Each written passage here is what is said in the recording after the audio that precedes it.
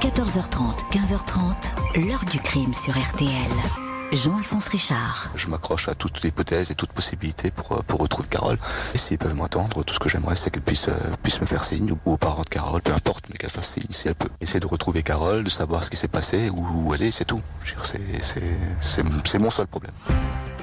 Bonjour, n'est pas Alfred Hitchcock qui veut, même si dans cette histoire, l'un de ses admirateurs, Roland Moog, a réussi à faire planer le mensonge pendant 4 ans. 4 ans de diversion, de déclarations confuses, de dénégations répétées destinées à occulter un crime tout aussi unique qu'épouvantable. Le meurtre de sa compagne qui était sur le point d'accoucher. Pour échapper à la justice, ce projectionniste de cinéma avait ainsi imaginé un scénario machiavélique au terme duquel personne ne pourrait retrouver Carole. Même si, comble de l'horreur, tout le monde, sans le savoir, continuerait, de la côtoyer. Aujourd'hui encore, malgré une longue enquête, des interrogatoires et de macabres découvertes, l'affaire Roland Moog conserve une grande partie de ses secrets. L'homme cultivait depuis toujours le mystère au point que personne ne connaissait son vrai visage. Pourquoi autant de mensonges? Question que nous allons poser aujourd'hui à nos invités. 14h30, 15h30, l'heure du crime sur RTL. Aujourd'hui, dans l'heure du crime, l'affaire Roland Moog, le nom de ce projectionniste anonyme d'un cinéma de Strasbourg, apparaît au printemps 1995. Un homme affolé et perdu, sa compagne enceinte de 9 mois a disparu. Dans la soirée de ce mercredi 17 mai 1995, Roland Moog est à son poste, installé dans la cabine de projection du cinéma Le Star, une salle au cœur de Strasbourg, pas très loin de la place Kléber. Moog, 27 ans, est un des piliers du cinéma, un excellent technicien à qui on doit une grande partie des nouvelles installations. Il est ici chez lui. À 21h30, en pleine séance, le téléphone sonne à la caisse du Star. Un appel pour lui. Moog se saisit du combiné. Il discute avec une femme qu'il appelle Carole. C'est Carole Prin, sa compagne. Celle-ci le prévient qu'elle est sur le point d'accoucher. Elle est enceinte de 9 mois et doit se rendre à la clinique Sainte-Anne. 1 quart d'heure à peine en voiture depuis leur domicile au numéro 9 de la rue des Serruriers. Roland lui répond qu'il l'a rejoint. Il paraît soudain déboussolé. Il se fait remplacer par un collègue projectionniste et file à l'appartement. Il prend le sac de Carole qu'elle n'a pas emporté et conduit les 2 chiens de celle-ci, 2 bobtails, chez une de leurs amies qui habite à la campagne, à Blachheim, à 20 km de Strasbourg. Chez elle, le projectionniste téléphone à la clinique et soudain son visage blêmit. À la réception, on lui répond qu'aucune patiente n'a été admise sous le nom de Carole Prin. Carole n'est pas là. Roland Moog file immédiatement à la clinique Sainte-Anne. Il est alors près de minuit. Le gardien voit débouler un homme à bout de souffle. Le nom de Carole Prin ne figure pas sur le registre des admissions. Dans les heures qui suivent, Roland Moog se démène pour retrouver Carole. Il sillonne les rues de Strasbourg, téléphone au SAMU, appelle les hôpitaux, puis prévient la police. Il vient de trouver la voiture de sa compagne, une vieille Citroën Visa blanche, garée dans une rue adjacente à leur domicile. Le véhicule que Carole aurait dû emprunter. Une équipe de policiers arrive sur place, constate que la voiture n'a pas bougé, le moteur est froid. Ils accompagnent Moog dans l'appartement, une petite chambre avec un berceau est préparé pour la naissance du bébé, un petit garçon. Aucun désordre. Le carnet de maternité est là. Il manque le sac à main de Carole et son trousseau de clés. Les policiers penchent pour un mouvement d'humeur de la compagne, mais dans ce cas-là, pourquoi aurait-elle téléphoné pour dire qu'elle partait tout de suite à la clinique? Les policiers et gendarmes multiplient alors les vérifications à Strasbourg et aux alentours. On pense à un accident, la rivière, l'île est sondée. Les cliniques et hôpitaux de toute la France et même de l'Allemagne limitrophe sont interrogés sur Carole Prin, qui a peut-être décidé d'accoucher sous X. 5 jours après le signalement de la disparition, une information judiciaire est ouverte pour enlèvement, un appel à témoins lancé. Les enquêteurs savent que Carole Prin, en congé maternité, a été aperçue au cinéma Le Star, où elle est caissière, le 16 mai, vers 14h, veille de sa disparition. Elle avait ce jour-là des contractions et avait appelé son gynécologue. Les contractions se sont arrêtées. Roland a retrouvé Carole le soir même dans l'appartement. Le lendemain, 17 mai, Elle a passé, selon lui, la journée à se reposer. Vers 17h, il a sorti les 2 chiens et les a promenés en voiture. Il a quitté Carole en début de soirée à 19h pour se rendre au cinéma. Il n'a pas eu de ses nouvelles jusqu'à ce qu'elle lui téléphone à 21h30 pour le prévenir qu'elle était sur le point d'accoucher et filer à la clinique en voiture. Une certitude, Carole Prin n'avait aucune envie de disparaître ou de mettre en danger la vie de son bébé. À 37 ans, elle attendait cet enfant comme le Messie. Elle avait suivi pour cela un traitement pour favoriser la fertilité. Elle rêvait, avec Roland, d'accomplir le plus grand de ses rêves, fonder enfin une famille. Voilà donc pour cette disparition. Nous sommes au tout début de cette histoire. Évidemment, les surprises vont se multiplier dans le sillage de Roland Moog, une vie plus compliquée qu'il n'y paraît. Ce couple Carole Prin, Roland Moog, une bonne entente peut-être, mais il n'est pas sûr que le projectionniste soit très impliqué dans cette vie de couple. Bonjour maître Éric Braun. Bonjour. Merci beaucoup d'être en direct dans l'heure du crime depuis Strasbourg. Vous êtes avocat dans cette ville et dans cette région. À vos côtés, il y a, on le salue, c'est Yannick Holland du bureau RTL de Strasbourg qui va se charger d'établir cette liaison technique. On le salue chaleureusement. Éric Braun, maître Éric Braun, je le disais, Roland Moog, la vie conjugale de Roland Moog, elle est un petit peu compliquée. Pas sûr qu'il soit vraiment très impliqué dans cette vie. C'est le moins qu'on puisse dire, que ce soit à l'égard de Carole Prin ou de ses précédentes relations. C'est quelqu'un qui a toujours eu du mal à s'investir dans une relation, on va dire, stable, normale, régulière. Et ça lui sera reproché. Ça lui sera reproché, ça va peser lourd dans la suite de l'enquête, on va le voir, et notamment ce comportement un peu fuyant, très solitaire. Qui est-il, Roland Moog, maître Éric Braun? Quelle enfance a-t-il eu? D'où est-ce qu'il vient? Alors, il vient d'une famille tout à fait normale du sud de Strasbourg. Il a, on le verra, un frère dont il est très proche, un frère jumeau. Oui. Il a eu une éducation standard. L'un des frères était plus intellectuel, lui il était plus manuel. C'est quelqu'un qui a eu déjà 2 enfants. Particularité, ses propres parents ne sont pas au courant qu'il a eu 2 enfants. Et ça, effectivement, ça va être une des surprises de cette enquête. Il travaille, il est projectionniste, il est réputé pour son sérieux, je crois. Il travaille, il est très apprécié dans son travail. C'est un bricoleur de génie. Il a, je vais pas dire construit le cinéma, mais énormément travaillé, bricolé dans cet établissement où il semblait être apprécié. Alors, il y a un fait curieux d'entrée, maître Braun, c'est que, et qui va être d'ailleurs relevé par les enquêteurs, c'est qu'il téléphone aux parents de Carole pour dire qu'elle va accoucher. Alors déjà, téléphoner à ses beaux-parents pour dire que leur fille va accoucher, ça peut être un peu surprenant, mais pourquoi pas? Mais surtout, il ne les connaît pas, et ils ne le connaissent pas. C'est vrai, mais on sait, après avoir vu la fin du film, qu'à ce moment-là, Carole Prin n'était déjà plus. Et il est dans une espèce de scénario qu'il essaye de mettre en place. Donc, il se rend même pas compte qu'effectivement, on appelle plutôt après la naissance de l'enfant qu'avant. Mais oui, voilà. L'usage veut que, effectivement. Mais peut-être pourquoi pas. On peut être aussi atteint par l'émotion, etc. Et dans une espèce de panique bien prévisible. D'autant plus que, a priori, c'est son premier enfant à Roland Moog. On connaît pas évidemment le personnage. Il va aussi vraiment rechercher Carole dans tout Strasbourg. Ça, il va se montrer devant les policiers. Il va montrer que il est aux abois finalement. Alors pas aux abois, mais il est inquiet. Particulièrement inquiet.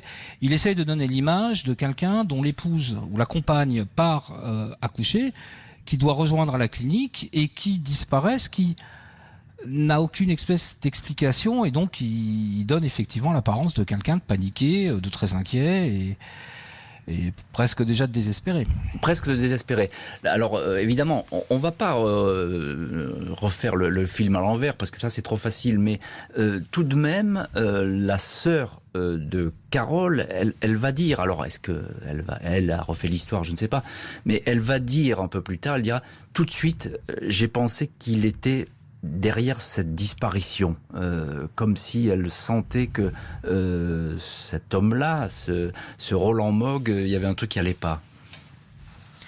Alors, je vais lui laisser ses prémonitions, mais en tout cas, 5 ans d'enquête, confiés d'abord à la police puis à la gendarmerie, n'avaient pas permis d'étayer la moindre conviction concernant Roland Mogg. Dès le début, son scénario tenait. Oui, c'est ça. Voilà, son scénario a tenu 5 ans. Oui, c'est ça. Mais dès le début, on dit c'est quelqu'un qui est affolé, voilà, c'est bien normal, sa compagne a disparu. On le croit, hein, les policiers le croient, y compris quand ils font la première visite à l'appartement, etc.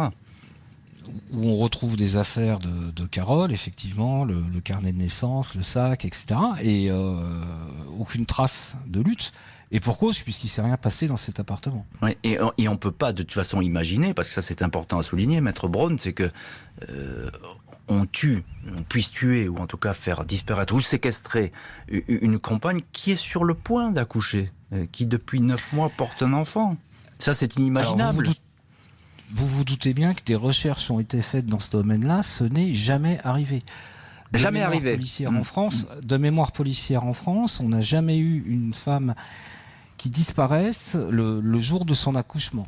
Hors fait de guerre, bien sûr, mais on a cherché, je crois que même en Europe, ça n'était jamais arrivé. Ah donc c'est un cas d'espèce, le cas Roland Mogg, là, c'est unique. En tout cas, c'était une disparition particulièrement mystérieuse, sans aucun précédent, sans piste, et sans aucune raison possible ou imaginable. Les policiers ont cherché dans tous les sens, que ce soit l'accident, la secte, le pervers, ce que vous voulez. On n'a jamais eu de cas semblable et on n'avait au départ aucune piste. Roland Mogg, dernière personne à avoir vu Carole Prin vivante, retient évidemment l'attention de la police, d'autant plus que la vie ou les vies du projectionniste sont bien plus compliquées qu'il n'y paraît. Les semaines passent et la juge de Strasbourg, Sophie Thoman, ne dispose d'aucune piste solide pour expliquer la disparition de Carole Prin, une femme qui se faisait une joie d'accoucher très prochainement. Tous les regards se portent sur le compagnon, Roland Mogg. Son profil est pour le moins secret et déroutant. Les policiers vont découvrir que quelques années auparavant, le projectionniste a vécu un temps avec Daniel, avec qui il a eu 2 filles qu'il n'a reconnues que très tardivement. Il a quitté Daniel toutes ces années. Il a caché l'existence de ses 2 enfants qui ont alors 9 et 5 ans à ses amis et même, plus surprenant, à ses propres parents. Ils tomberont des nues en apprenant qu'ils sont grands-parents. En 1994, il a rencontré Carole tout en continuant d'avoir une liaison avec Catherine, une autre employée du cinéma. À ses amis, il n'a jamais dit qu'il avait emménagé avec Carole Prin et était le père de l'enfant qu'elle portait. Les policiers s'étonnent de ce double jeu. Ils sont encore surpris que depuis la disparition, Mogg ne les appelle jamais pour avoir des nouvelles. Trop de doutes, Roland Mogg est placé en garde à vue, mais le projectionniste reste inflexible, il répond sur un ton monocorde, comme s'il était absent. Il est réentendu 6 mois après, mais à nouveau il ne lâche rien.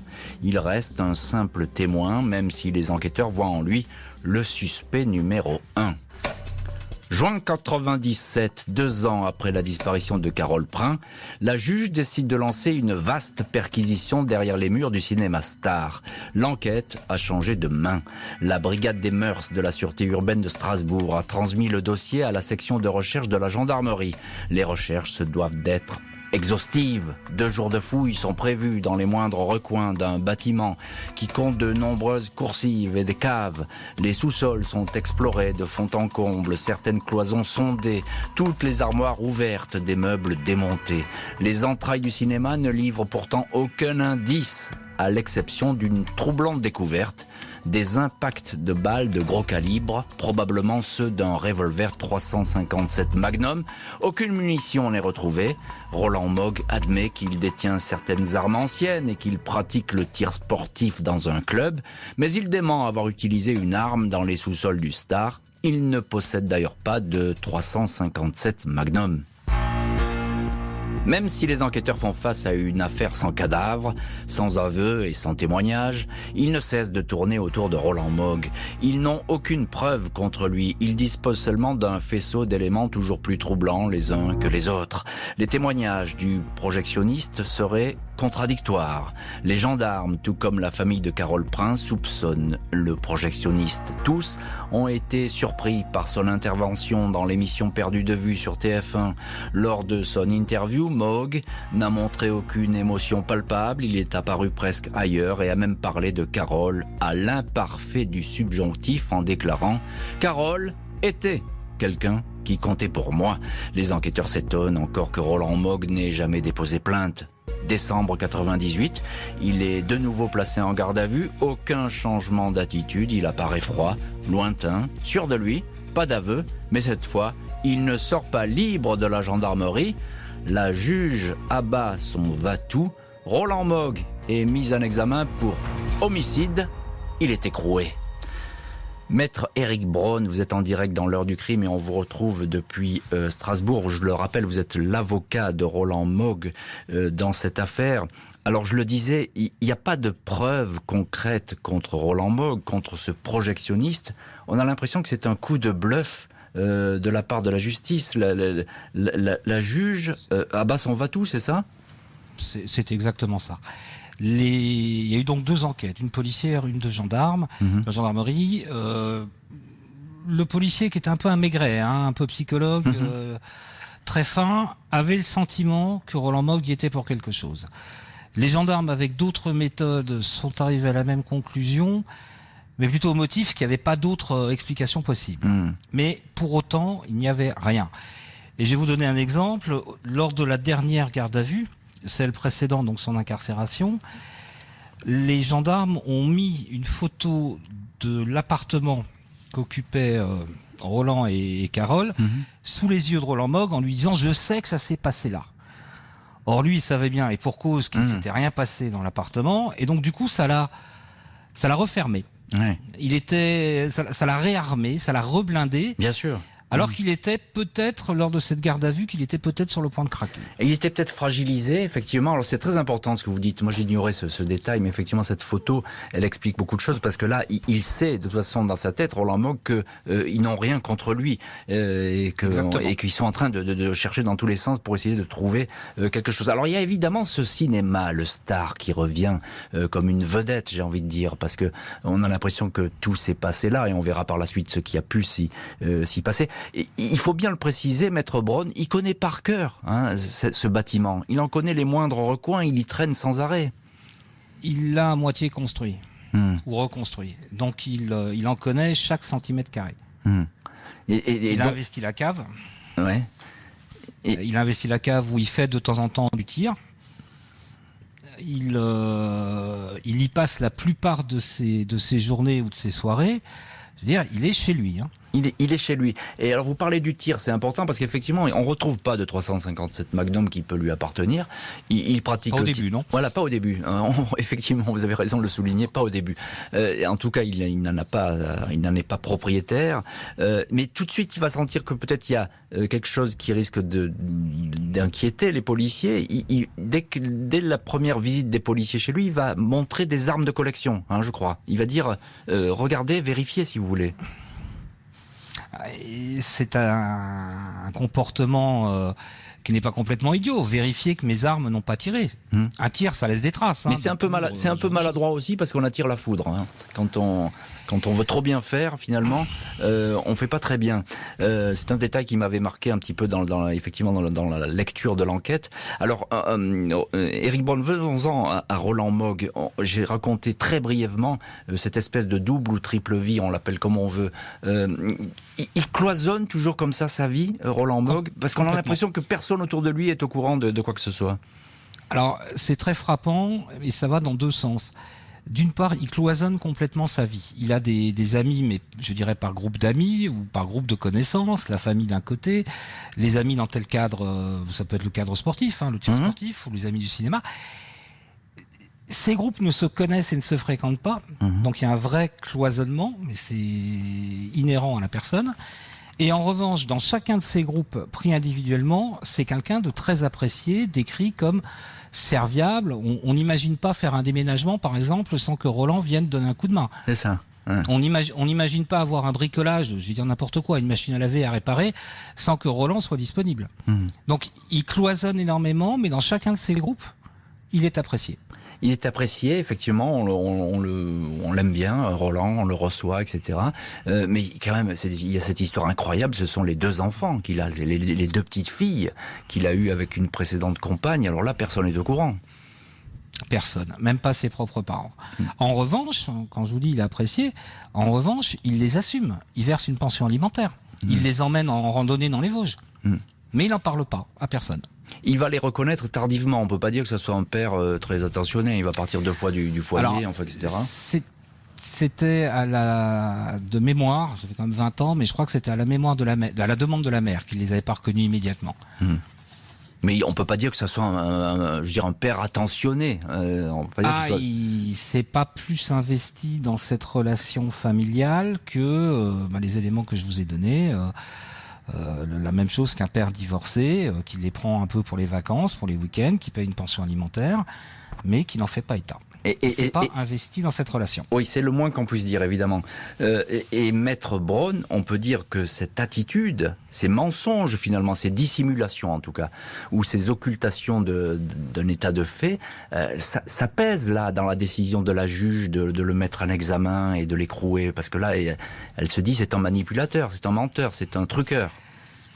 Elle a le sentiment au moins, je crois, que c'est quelqu'un qui a le goût du secret et qui doit cacher quelque chose. Mais il n'y a pas l'ombre d'une piste encore au moment où il est mis en détention. Caché, mais quoi, effectivement? Roland Mogg est écroué, il ne bronche pas. Beaucoup de ses amis ne croient pas en sa culpabilité. Lui-même est persuadé qu'il sera bientôt libéré, faute d'éléments probants. Une macabre découverte va pourtant tout changer. Ce 24 mars 1999, Daniel Mogg, que tout le monde surnomme Danny, frère jumeau de Roland Mogg, se présente dans le cabinet d'instruction de la juge Thoman. Le frère inséparable a hésité avant de venir pour ce qui apparaît comme le plus douloureux témoignage de sa vie. 4 jours auparavant, avec un de ses amis, André Lambert, un ancien gendarme, il est venu débarrasser un box qu'on avait prêté à Roland. Celui-ci est écroué. Il dit alors à son frère et à son ami de se débarrasser de ses affaires, cartons, vieux jouets, vieux livres, direction la déchetterie. Avant de tout jeter, les 2 hommes ont été intrigués par une malle fermée par un cadenas. André Lambert l'a finalement forcé. À l'intérieur, il est tombé sur une couverture et des sacs poubelles qui, une fois déchirés, ont livré une odeur pestilentielle. Des ossements et des restes humains sont apparus. Les experts sont formels. Il s'agit bien des restes du corps de Carole Prin et de son bébé sur le point de naître. À l'arrière du crâne de la jeune femme, une brèche osseuse est observée par les légistes. C'est une blessure par arme à feu, un gros calibre. Roland Mogg est désormais au pied du mur. Face à la juge, il avance tout d'abord la thèse de l'accident. Le 16 mai 1995, Carole est venue le voir pour mesurer une armoire dans la cave du cinéma. Sur l'un des montants, Mogg avait oublié un revolver avec lequel il tirait parfois dans ce sous-sol. Le coup serait parti accidentellement. Il dit avoir paniqué et avoir repris son travail. Dans la nuit, il est revenu à nettoyer la scène du drame. Il a déshabillé Carole, a fabriqué un sarcophage hermétique et l'a caché dans un trou creusé il y a des années dans un mur. Il dit avoir jeté l'arme dans le petit lac de Plopsheim. Le plan d'eau est sondé, en vain. Les avocats de Mogg finissent par remettre le revolver à la juge. Celle-ci ne croit pas du tout à la thèse de l'accident. 19 septembre 2000, le projectionniste donne ainsi une autre version. Il admet s'être disputé au cinéma avec Carole. Elle voulait le quitter pour élever seul son enfant. Il l'a tué. Il a caché le corps qui est resté 2 ans dans la cave du cinéma, tout près des spectateurs de la salle numéro 1. Carole n'avait pas appelé Roland à 21h30 le 17 mai. Elle était déjà morte. Mogg avait simplement programmé un appel automatique de l'horloge parlante. Il avait fait semblant de converser avec sa compagne. Maître Éric Braun, avocat de Roland Mogg, en direct dans l'heure du crime depuis Strasbourg. Racontez-nous ce frère jumeau que l'on n'avait pas vu apparaître jusque-là, Daniel Mogg, Danny Mogg. C'est une confession terrifiante parce que psychologiquement, finalement, il dénonce, il se dénonce lui-même, il dénonce son double. C'est d'ailleurs ce qu'on avait plaidé, c'est ce qu'on appelle un sang pareil. Mais dans cette affaire-là, Danny avait été le principal soutien de son frère jumeau, indéfectible, présent et totalement confiant. Donc il se ressemblait d'ailleurs à un tel point que la première fois que je l'ai vu, j'ai cru que Roland Mogg s'était évadé. Mais incroyable. À l'évidence, il ne pouvait pas imaginer une seconde que son frère ait fait ce coup de bluff extraordinaire de lui dire dégagez tout, c'est des vieilleries, de toute façon il faut rendre ce box. Si la déchetterie d'ailleurs avait été ouverte, c'est sans doute ce qu'ils auraient fait. Oui. Mais il s'avère que la déchetterie n'était pas encore ouverte, qu'ils avaient un peu de temps, et que ouvrir un cadenas pour un ancien gendarme d'un coup de ceinture, c'était pas un problème. Donc comme ils avaient le temps, ils ont ouvert cette malle, mais sans aucune idée préconçue. Ils ne pouvaient pas imaginer une seconde ce qu'ils trouveraient dedans. Oui, bien sûr. Et donc je suppose qu'à ce moment-là, Danny Mogg et puis son copain André Lambert, parce qu'André Lambert aussi il pense qu'il est innocent, Mogg. C'est un ami, oui. Voilà, c'est ça, c'est un ami. Donc ils sont tous sur cette ligne-là. C'est une épouvante pour eux. Parce que là, le mensonge, c'est plus qu'un mensonge, c'est une trahison. C'est une horreur, c'est une trahison, c'est le monde qui s'écroule. Et à tel point qu'il leur faudra à tous les deux, après être revenus sur Strasbourg dans ce qu'on peut appeler un silence de mort, et se quitter sans presque rien se dire, il leur faudra 2 ou 3 jours où d'ailleurs Danny a fait ce qu'il ne fait jamais, a avalé une bouteille de whisky, et il leur faudra 2 ou 3 jours pour que finalement Danny prenne la décision. Pour tout le monde, pour lui, pour son frère, pour Lambert, d'appeler la juge. D'appeler la juge, et la juge d'ailleurs ne le poursuivra pas parce qu'il aurait pu être mis en examen pour ne pas avoir révélé tout de suite les faits, mais elle ne le poursuivra pas parce qu'elle estimera... Je crois qu'elle a compris. Oui, c'est ça, elle estimera très, très humainement d'ailleurs que il n'y était pour rien, effectivement, et qu'il n'y avait pas volonté très humainement, elle et le procureur de la République à l'époque, M. Schulz, sont tenus à ce que lorsque Danny Mogg sera entendu, il soit assisté par un psychologue. Et on considère vraiment comme une victime, quoi. Et encore un petit mot, Mogg dit avoir déménagé le corps dans la fameuse malle juste avant la perquisition des gendarmes. Ça, c'est vrai, hein ? Le corps était bien dans la cave du cinéma. Alors le corps n'était pas tout à fait dans la cave du cinéma. En fait, sous l'escalier qui permettait de sortir d'une des salles de projection, existait un petit réduit qui avait été creusé par les pompiers des années auparavant pour éteindre un incendie dans l'immeuble d'à côté. Ce petit réduit était composé de gravats et était presque inaccessible, en tout cas inoccupé. Et Roland, qui est un bon bricoleur, a remonté le corps de Carole Prin dans les sacs dont vous avez parlé et a créé une espèce de sarcophage à partir de mousse expansée, ce qu'on utilise dans les tuyaux, de façon à ce que ce soit complètement étanche. Il a mis des plaques de contreplaqué pour fermer le petit réduit avec un repère. Et donc puis, tout ça, c'est resté là pendant 2 ans. Pendant 2 ans. Alors que les films se poursuivaient et que le cinéma continuait à tourner. Roland Mogg est démasqué. Reste à savoir si son crime était prémédité ou s'il a fait feu sur un coup de colère. Son procès devant une cour d'assises permettra peut-être de le dire. Le 27 novembre 2001, Roland Mogg, flottant dans un costume sombre trop grand pour lui, le teint blafard et le visage émacié, entre dans la salle d'assises du Bas-Rhin à Strasbourg. Il raconte comment il a tué Carole Prin. Je ne me souviens que d'un bruit immense, Carole qui tombe sans rien, pas un cri, rien. Elle voulait me quitter. J'ai vu Carole partir, se diriger vers la sortie. J'ai pas voulu qu'elle parte. J'ai encore dit « Carole !» Il n'y a pas eu de réponse. J'ai pris l'arme, j'ai levé le bras et j'ai tiré. Les aveux sont là, mais il reste des questions sur le lieu du crime notamment. Une petite pomme de pin a été retrouvée dans une couverture ayant servi à emballer le corps, laissant croire que Carole aurait pu être abattue ailleurs qu'au cinéma. Hypothèse ouvrant la porte à un scénario différent du simple coup de colère, mais à un plan prémédité, un assassinat, un crime plus durement puni par les juges. Mogg reste pourtant sur ses déclarations.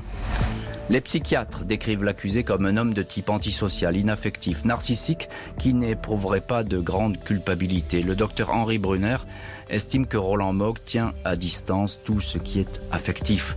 Les accusations fusent. Seul Danny Mogg, le frère jumeau toujours déchiré après avoir dénoncé Roland, dit de celui-ci « Roland n'est pas un monstre, c'est quelqu'un qui est gentil et qui était en souffrance ». L'avocat général Pascal Schulz réclame une peine de 30 ans à l'encontre du projectionniste. « Vous êtes le producteur, le metteur en scène et l'acteur d'un meurtre exceptionnel car vous n'avez laissé aucune chance à la victime. Une orchestration parfaite qui ne peut être que le fruit d'une même réflexion. » Maître Éric Braun, avocat de Roland Mogg, on vous retrouve, vous êtes bien sûr présent à l'époque à ce procès. Comment est-ce qu'il se présente, dans quel état d'esprit, si on peut arriver à le comprendre, et Roland Mogg à ce moment donné? Violent. Roland Mogg, lors du procès, il vient rendre des comptes, c'est clair. Il a avoué le meurtre, il a donné toutes ses explications et il aura une attitude digne, mais bien évidemment, il n'est pas possible de regarder les parents ou la famille au sens général de Carole Prin directement dans les yeux. Il baisse les yeux. Hein. Il a honte, c'est ça? Il baisse les yeux. C'est le moins qu'on puisse dire. Oui. Il a honte, il est effectivement dans l'espèce de terreur de voir les parents de son ex-compagne. Alors on va dire c'est un chef d'orchestre, un manipulateur. Les policiers vont venir le dire à la barre. Il apparaît comme ça ou est-ce qu'il a été dépassé par son mécanisme? Non, je pense que il a été quand même un peu dépassé parce que d'une part la thèse de l'assassinat elle n'a pas tenu. Il a été présenté devant la cour d'assises pour meurtre. Et ensuite, une fois avoir fait cet acte qui le dépasse, il agit presque à l'instinct. Il a dissimulé le corps de Carole au sein du cinéma. Il va l'y laisser quand même pendant 2 ans parce qu'il ne sait pas quoi faire. Ce n'est que dans l'urgence qu'il va bouger le corps. Il est convoqué, vous avez diffusé l'épisode tout à l'heure, il est convoqué, si je puis dire, par la famille sur une émission qui s'appelait Perdu de vue. Il n'a d'autre choix que d'y aller. Pour autant, c'est pas un acteur extraordinaire. C'est le moins qu'on puisse dire, mais il ne s'affole pas. Alors vous dites c'est de l'instinct, on est d'accord, mais tout de même, il réussit à préserver le secret autour de Carole. C'est pas mal quand même. 5 ans, oui. Ouais, c'est pas mal. C'est en quoi cette affaire est assez exceptionnelle quand même. Alors l'accusation, le crime passionnel, l'accusation n'y croit pas. Elle parle elle d'un meurtre froid par quelqu'un d'égocentrique. Pas question elle ne croit pas à cette scène des adieux où il est terrifié qu'elle parte et il tire comme ça. C'est pas exactement une scène des adieux. Carole était quelqu'un, c'est reconnu par tout le monde, de caractère, qui n'a pas du tout apprécié, qui ne s'investisse pas du tout dans la relation. Elle lui reprochait par exemple de ne pas rechercher avec elle un appartement plus grand pour la naissance du bébé.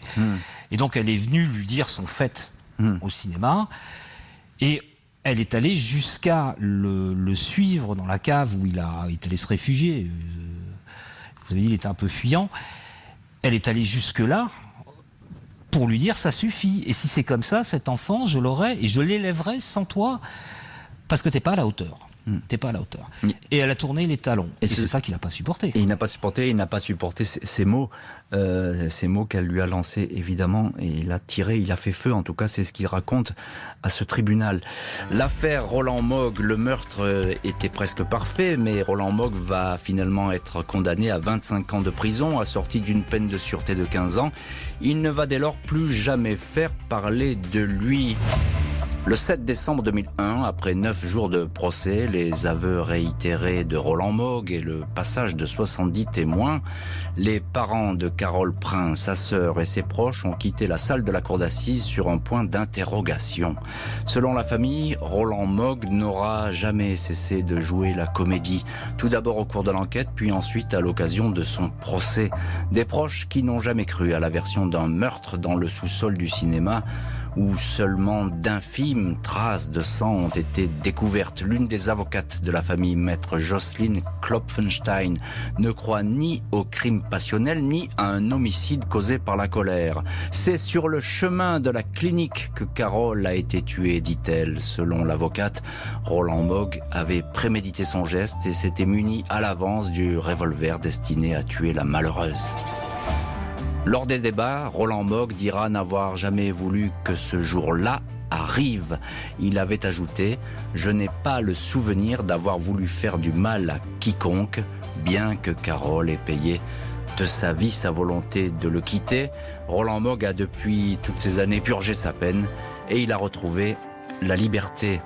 Maître Éric Braun, avocat justement de Roland Mogg, qu'il avait épaulé lors de cette enquête et puis lors du procès devant cette cour d'assises.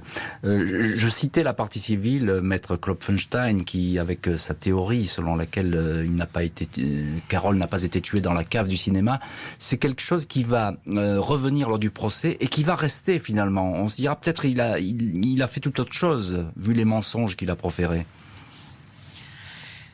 Alors il faut voir que dans ce genre d'affaires, la douleur des familles, et c'est totalement normal, est telle que les faits, lorsqu'ils sont révélés, sont forcément trop simples, trop immédiats.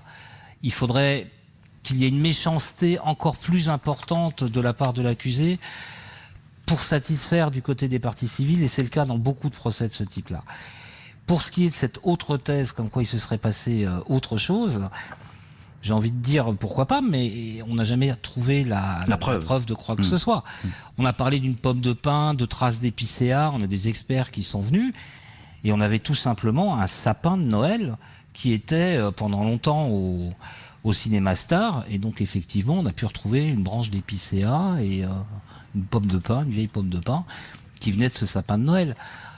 Cette thèse de l'autre chose, l'autre histoire, l'autre scénario, l'autre film ne reposait sur rien.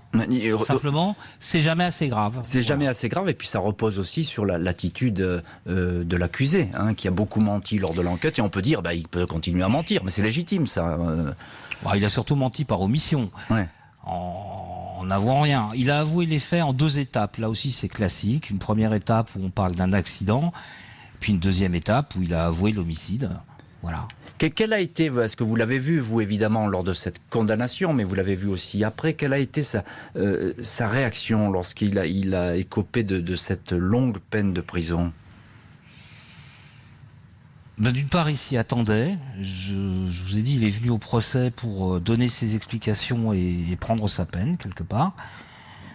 Le fait que les réquisitions n'aient pas été totalement suivies, puisqu'elle était de 30 ans, il en a pris que 25, lui donnait à penser qu'on lui avait reconnu un peu d'humanité. Et alors, il le pense, mais effectivement, cette humanité, elle a été apportée devant la cour d'assises par son frère jumeau, qui va être présent et qui va témoigner en sa faveur avec beaucoup de douleur. Je crois que vous êtes toujours... Il va être très émouvant, oui. Oui, je crois que vous êtes toujours en contact avec lui. Est-ce que ça a fait beaucoup de dégâts dans cette famille ? Oui, et d'un autre côté, c'est toujours le frère jumeau. Son affection n'a pas diminué. Il me donne des nouvelles de Roland 1 ou 2 fois par an, donc par personne interposée. Et je crois qu'on se revoit, Dany et moi en tout cas, avec plaisir, quand on peut. C'est quelqu'un de très bien, et qui lui a beaucoup investi sa propre vie de famille, puisqu'il y a aucun élément comparable dans les 2 histoires personnelles, pour se reconstruire. Et je crois que lui, il y est arrivé. Les regrets de Roland Mogg, ce sont des regrets sincères selon vous, ou bien c'était des regrets d'opérette, des larmes de crocodile ? Je crois pas qu'il soit aussi manipulateur, pervers ou détaché des choses de la vie. C'est un handicapé de l'affect, ça c'est clair. Le fait d'avoir une relation complètement fusionnel avec quelqu'un d'autre que son frère jumeau, ça c'était peut-être quelque chose qui lui était inaccessible, mais pour autant je crois qu'il n'a jamais ni prémédité ni voulu, et comme il le dit lui-même, j'ai jamais voulu faire de mal à quiconque, et là j'ai commis l'irréparable. Bon, il a purgé, pour vous donner peut-être un indice, Il a purgé jusqu'au dernier jour. Il a purgé. Il n'a pas voulu bénéficier d'une remise de peine, de circonstances particulières pour une sortie anticipée. Il a purgé ce qu'il avait à purger. Et qu'est-ce qui devient en un mot aujourd'hui, Roland Moog? Il est installé, on va dire, en région parisienne. Il travaille dans le monde associatif. Et à ma connaissance, il n'a pas refondé une famille. Merci beaucoup, maître Éric Braun et Yannick Holland qui étaient à vos côtés à Strasbourg, d'avoir été l'invité de l'heure du crime. Merci à l'équipe de l'émission. Justine Vignot, Marie Bossard à la préparation. Boris Pirédu était à la réalisation. L'heure du crime, présentée par Jean-Alphonse Richard sur RTL.